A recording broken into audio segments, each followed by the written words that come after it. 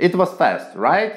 The main trick is to increase the speed of the video by 2000%, as well as usage of circular saw for stone.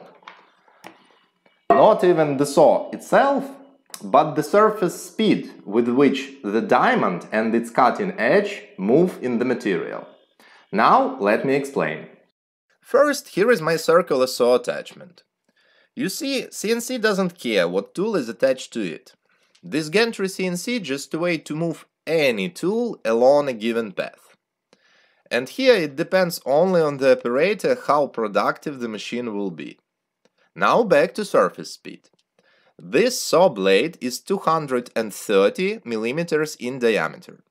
By simple calculations, we find out that the diamond placed on the edge of the disc travels 772.2 mm per revolution. Motor rotates the disc at a speed of 3000 rpm. So the speed of the diamond is 2166 meters per minute or 129 kilometers per hour. For my imperial friends, it's about 80 miles or 5 million bananas. Now let's look at the saw blade itself. Its thickness is about 3 mm, and it's good if you need sharp, crispy corners. If we replace the disc with end mill 3 mm in diameter, I need to accelerate the cutter to 230,000 rpm in order to achieve the same surface speed. Since the surface speed of the disc is 10 times greater than that of the end mill, I can skip roughing and go straight to finishing. And also speed up the feed from 1800 mm per minute to 4500, in some cases up to 7200 mm per minute. Also, high speed provides excellent surface quality. This method has its limitations. The most obvious is that the tool can only cut straight profiles. But that's why end mills and other cutters exist. Now let's quickly cut out the ceiling molding.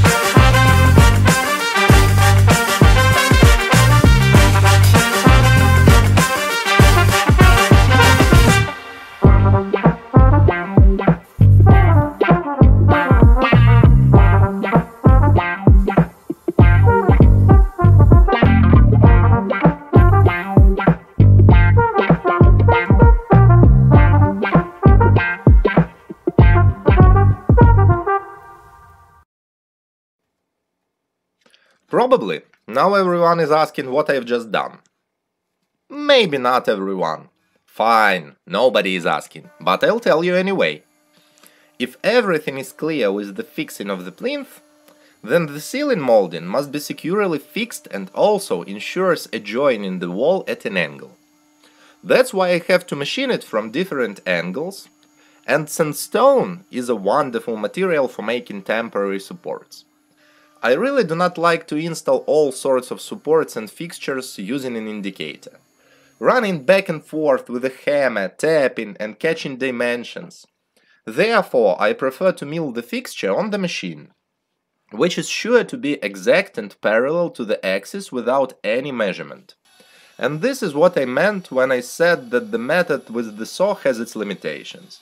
In my case, I can't raise the saw high enough to cut the part, so I had to put on the spindle.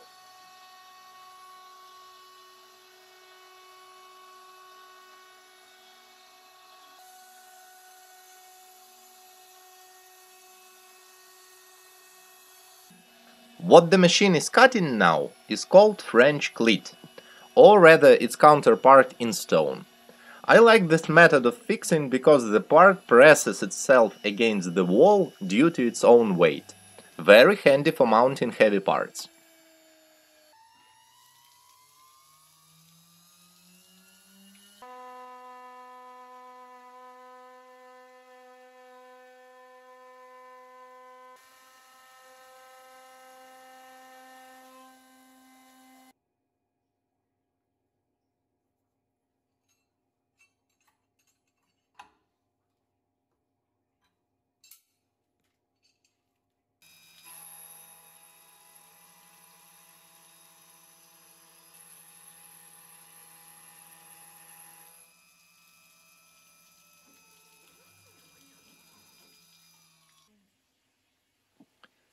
For additional fixation of parts between themselves, I use this metal profile, plus it already has holes for dowel mounts.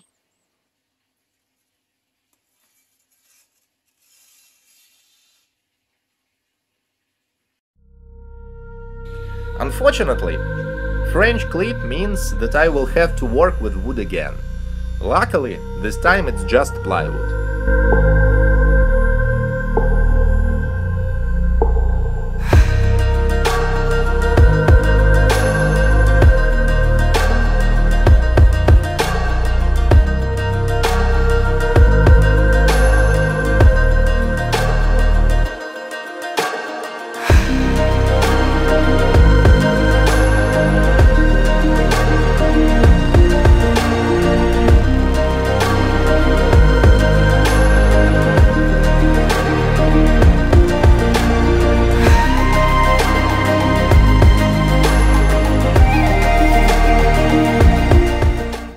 A little sanding, and that's it! Enough stress for today. Unfortunately, this is the end of the video. Stay tuned for the next video, in which I'm going to mount it all to the ceiling, and at least on paper it shouldn't fall on my head. It will be fun anyway. Meanwhile, thank you for watching.